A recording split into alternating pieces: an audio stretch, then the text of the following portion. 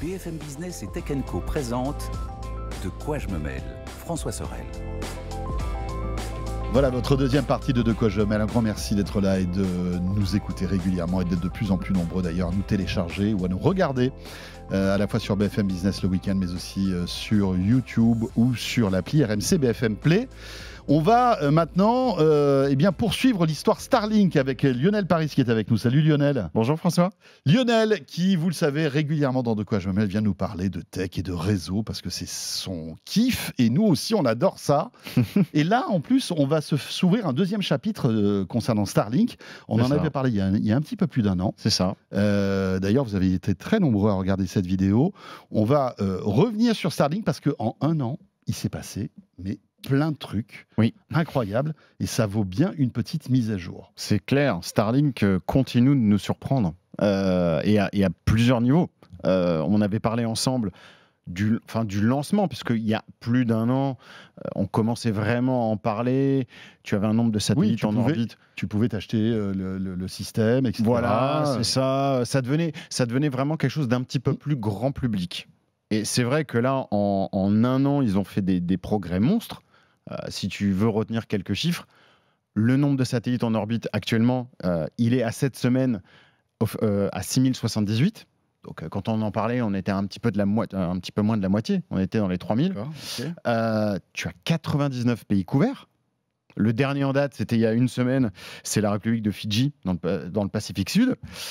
Ils ont 3 millions de clients. Donc un beau développement en l'espace de 3 ans. En 2024, tu as eu 38 lancements.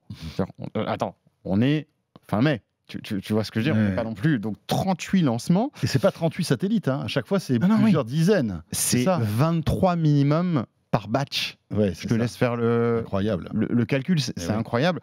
D'ailleurs, Elon Musk en avait parlé, je crois que c'est plusieurs dizaines de milliers de satellites à terme, non ? Le plan d'origine, oui, il était à plusieurs dizaines de milliers. Que ça a évolué depuis, parce que ça a coûté une fortune, évidemment.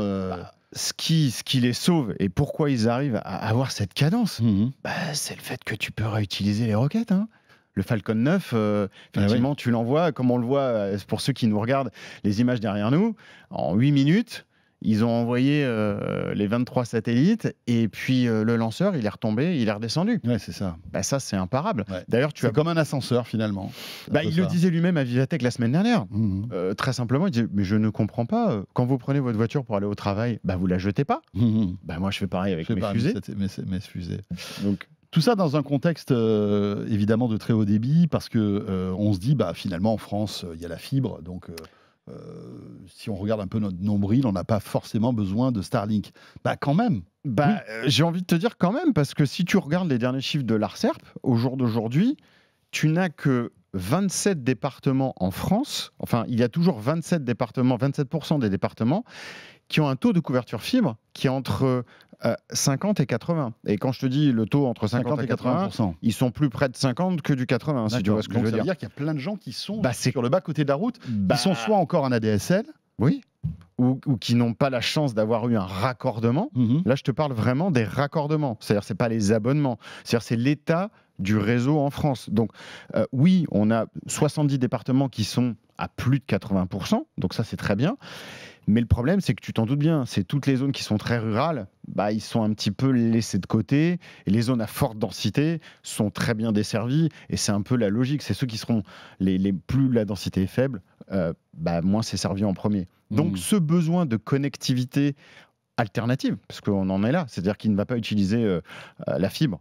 Dans une époque où on a commencé à retirer le cuivre, je le rappelle, donc le basculement va être obligatoire. Petit à déconnecter la DSL. Cette solution Starlink, finalement, elle commence à avoir du sens d'un point de vue utilité. Et la deuxième chose, c'est qu'en termes de débit, c'est loin d'être ridicule, parce que là aussi, ils ont fait des progrès. Il y a le nombre de satellites qui augmente, bien évidemment, tu as la couverture, mais tu as aussi le débit qu'on peut en tirer. Aujourd'hui, ils t'annoncent une vitesse de download qui est compris au minimum entre 50 et 220 mégabits. C'est quand même... C'est loin d'être ridicule. Oui, c'est du haut débit. On est sur du haut débit. En upload, tu es forcément moins 10 ans, bien sûr, mais tu t'approches des 20-25 mecs. Donc, on est à peu près au niveau où était de la 4G à une époque. Ouais. Et puis, rappelons quand même aussi l'avantage de ces satellites en orbite basse, c'est la latence. On se retrouve avec une latence qui est alors qui n'est pas similaire à la fibre, hein, parce que rien ne vaut la fibre, on est d'accord, mais quand même, on est à quelques dizaines de millisecondes, ce qui est incroyable par rapport aux satellites géostationnaires. Alors, les géostationnaires, oui, là, c'est un autre délire, parce qu'ils sont très très loin, donc le temps qu'ils mettent à arriver, cette techno, elle est dépassée aujourd'hui. Mais ils avaient annoncé au tout démarrage, avant même que ce soit dans les taxes aujourd'hui, ils annonçaient une latence entre 20 et 60. Aujourd'hui, elle a été mesurée, ils ont fait une annonce, encore une fois, en tout début d'année, cette année, ils sont très actifs, Starlink, ils ont réussi à réduire la latence moyenne à 33 millisecondes. Pas mal. Et leur plan, c'est d'aller chercher du 20. Et ils ont alors pourquoi ils vont y arriver? Parce qu'en fait, ce qui te génère ta latence, si tu veux, c'est la communication avec les satellites en orbite et ce qu'on appelle les gateways, c'est-à-dire c'est les stations terrestres qui, elles, sont reliées à un nœud fibre optique, enfin un nœud parce Internet. que comment ça marche en fait? Tu as des satellites donc, qui sont à quoi, 200-300 km d'altitude, je Non, crois? c'est un petit peu plus. Ils sont entre 450 et 600 en fonction des générations. Ouais. Donc, ils vont choper l'Internet sur une station ce qu'on appelle une terrestre, base station, une station terrestre. qui est connectée à la fibre. Qui est connectée même c'est au-delà de ça, ils sont connectés à un point de présence des opérateurs. D'accord. Tu es directement connecté sur un tuyau Internet. Là, ça booste. Voilà, ça booste. Ces stations-là, en fait, émettent sur les satellites en basse orbite. Et maintenant, ce qui est nouveau dans ce qui est arrivé l'année dernière et cette année, ces satellites, avant, individuellement, ils faisaient tous des allers-retours. Puisqu'il n'y avait pas de technologie de communication. Il fallait bien qu'ils fassent des allers-retours. Depuis 2 générations, ils ont rajouté des lasers dans les satellites. Ces lasers, en fait, vont créer un réseau mesh, on revient en Wi-Fi, entre chacun des satellites, et ils vont créer un réseau haut débit entre eux. Ce qui réduit le besoin de communication entre chaque satellite individuel et ces stations terrestres. C'est incroyable. Mais alors, là où ça devient très fort, c'est que le débit intersatellitaire, il est entre 100 et 200 gigabits. Je rappelle pour tout le monde que les satellites, ils tournent à 17 000 km/h. C'est incroyable. C'est pas anodin. C'est pas quelque chose de fixe. Donc en fait, il se crée comme un nœud entre chaque satellite par le laser.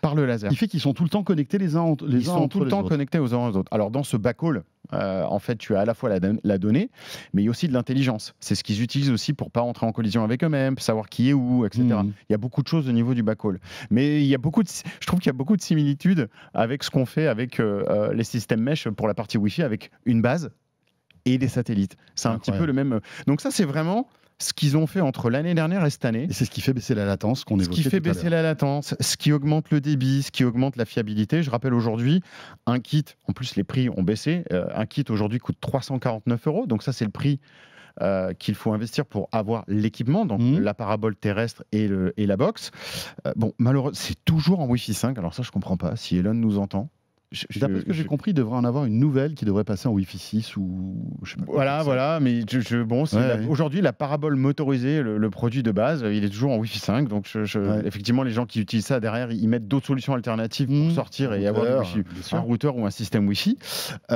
Et c'est un coût qui est très correct puisque maintenant on est à 40 € par mois. Ce n'est plus de la promotion, c'est le coût fixe. Point barre. Et pour 40 €, tu as une connexion pour quelqu'un qui n'a pas la fibre aujourd'hui et qui est sur de la DSL, c'est une alternative réelle. Donc voilà, ça c'est un petit peu le résumé de ce qui s'est passé des épisodes précédents. Et oui, vas-y. Rupture en janvier 2024. Alors c'est ça. Vas-y. On a donc le premier lancement de satellites équipés avec une nouvelle technologie qui s'appelle le Direct to Cell. Donc ça a démarré effectivement en janvier 2024. On est sur des satellites un petit peu plus massifs. Je te rappelle que la masse des précédents, ils étaient à peu près dans les 300 kg. Là, on est sur des bébés qui font 900 kg. Et pourquoi? Ah oui, donc ils sont beaucoup plus gros. Ils sont beaucoup plus gros. Pourquoi? Parce qu'en fait, ils intègrent des technologies de communication mobile dans les satellites maintenant pour que ce soit une alternative de couverture avec un téléphone normal. Pas besoin de modification de ton téléphone mobile. On va être capable d'utiliser non seulement ce réseau de satellites pour être connecté à la maison, mais aussi pour connecter son mobile dans des zones où il n'y a pas de couverture. C'est-à-dire que tu es, je sais pas moi, en plein désert, loin de tout, tu n'as pas de réseau, tu n'as pas de 4G, tu n'as Voilà. pas de 3G, tu n'as rien. T'as rien ou très peu, où ça marche très mal. Ça marche très mal. Et notamment aujourd'hui aux États-Unis, comme il le disait, les images le montrent dans la conférence de presse de lancement, ils ont des zones aujourd'hui qui sont toujours non couvertes. Enfin, Bien je rappelle sûr, que il y en a plein. la superficie des États-Unis n'est pas celle de la France et qu'il y a beaucoup de zones non couvertes. Et donc là, tu allumes ton téléphone. Ouais. Ton téléphone. Le téléphone va capter le satellite. C'est ça. C'est-à-dire que ton téléphone. Alors Apple le fait déjà pour les services d'urgence. Mais là, ça va beaucoup plus loin. C'est-à-dire qu'on va pouvoir avoir de la data, en fait. Exactement. Tu auras de la data. Aujourd'hui, ils ont fait tourner des SMS, ils ont fait tourner des MMS. La semaine dernière, il y a une vidéo d'un échange, d'un vidéo call par l'intermédiaire de X, Twitter, qui est fonctionnel. Et donc, pour que ça fonctionne, là, on revient en 2022. Il y a eu une annonce très importante qui a été faite, mais qui, à l'époque, finalement, est un peu passée sous le radar parce que Starlink en était à ses débuts. En août 2022, il y a SpaceX et T-Mobile qui ont annoncé un partenariat. Pourquoi ? Parce que T-Mobile souhaite couvrir ces régions non couvertes, ne va pas aller développer des antennes partout, et des émetteurs traditionnels parce que ça coûterait une fortune d'aller couvrir et de câbler, en fait, parce qu'il n'y a pas d'autre mot, ces régions-là. Donc, du coup, leur idée à l'époque était de dire, voilà, on va utiliser l'infrastructure Starlink, je vais leur donner une partie de ma bande de fréquence, je vais leur laisser le droit de l'utiliser, et on va équiper ces satellites en supplément de ce qu'ils font déjà, parce que tout ça, ça vient on top des bandes traditionnelles et de la partie connectivité de la maison. On va aussi les équiper de ces fameuses antennes LTE traditionnelles dans ce satellite. Alors, c'est pour ça que là, le satellite, il s'est pris un petit peu... On est passé sur des modèles un petit peu la puissance, parce que là, c'est à 500 km d'altitude. Donc en fait, ça veut dire que ton mobile arrive à recevoir des données et à en émettre. C'est ce que disait Elon Musk dans cette conférence de presse que je vous engage à regarder. Technologiquement parlant, ils ont fait quelque chose qui est fondamentalement différent. Je rappelle qu'une antenne 4G terrestre, elle ne bouge pas. Je rappelle que les satellites filent à 17 000 km/h. Donc en fait, il y a une complexité technologique. C'est une succession de satellites, en fait, quand on passe un coup de fil ou quand on a de la data. En fait. C'est jamais le même, en fait. Ils se mettent entre eux. Mais donc là, non seulement ils ajoutent des antennes qui sont fantastiques, c'est-à-dire qu'il disait dans la conférence de presse qu'en termes de technologie, c'est sans doute les antennes les plus sophistiquées qui existent aujourd'hui. Parce que dis-toi bien que ton mobile sur Terre va capter une antenne satellitaire. Mais lui, il ne se rend pas compte. Pour lui, c'est une antenne, c'est une antenne bien sûr. normale qui ne voit pas la différence. Voilà. Sauf qu'elle est à 450 ou 500 km au-dessus de ta tête et qu'elle permet en fait de restituer ce réseau LTE. Et donc là, comment ça fonctionne ?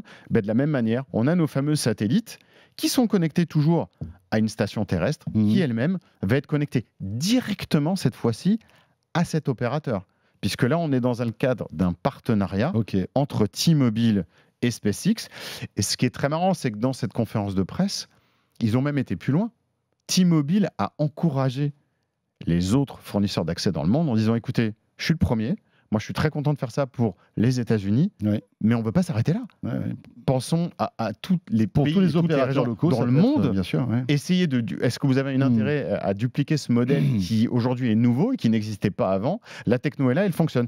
Et donc là, donc maintenant tu as pour donner une idée de capacité, ces satellites sont capables d'absorber de 1000 à 2000 appels en simultané, voix. Je parle d'un appel traditionnel, jusqu'à 100 000 SMS.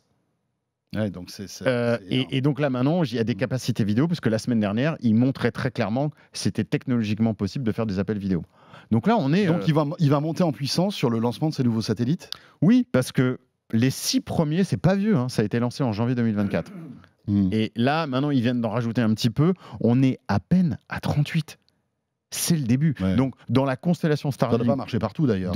Aujourd'hui, c'est que aux États-Unis. Et c'est que sur le réseau de T-Mobile. Voilà. Alors, il y a d'autres pays qui ont déjà annoncé que ça les intéressait. Tu as le Canada, tu as le Japon, tu as l'Australie, tu as la Suisse, tu as la Nouvelle-Zélande, tu as le Chili, tu as le Pérou. Et ça continue tous les mois de s'ajouter, parce que pour eux, c'est une alternative réelle aux technos traditionnels. Merci Lionel, c'est passionnant tout ça. Voilà. Starlink qui va super vite. À noter que il y a un concurrent qui est dans les starting blocks, c'est Kuiper, bien sûr, d'Amazon, qui vient de finir sa bêta là avec ses 2 satellites et ils sont en train de les redescendre. Donc c'est le prochain en ligne qui a priori, peut se dire qu'il va lancer une constellation supplémentaire. La guerre de l'Internet, maintenant, va se jouer dans les airs. C'est ça. Certain. Elle est en train de se déplacer, en fait. Ouais, et elle va devenir mondiale, en fait. Parce que... oui, d'ailleurs, il n'y a pas que Amazon, il y en a d'autres. Mais bon, on va dire que Starlink a quand même pris une longueur d'avance phénoménale. Ouais, c'est dingue. Merci beaucoup, Lionel. Passionnant. Merci à toi, François. Et merci de nous avoir suivis. Ce De quoi je me mêle est terminé. Le petit module bonus qui vous attend, je vous le rappelle, si vous nous écoutez en podcast, voilà, la version audio, quelques minutes supplémentaires avec Anthony et Eric. Et moi, j'aurai le plaisir, bien sûr, de vous retrouver la semaine prochaine. D'ici là, portez-vous bien et à très vite. De quoi je me mêle sur BFM Business et Tech & Co.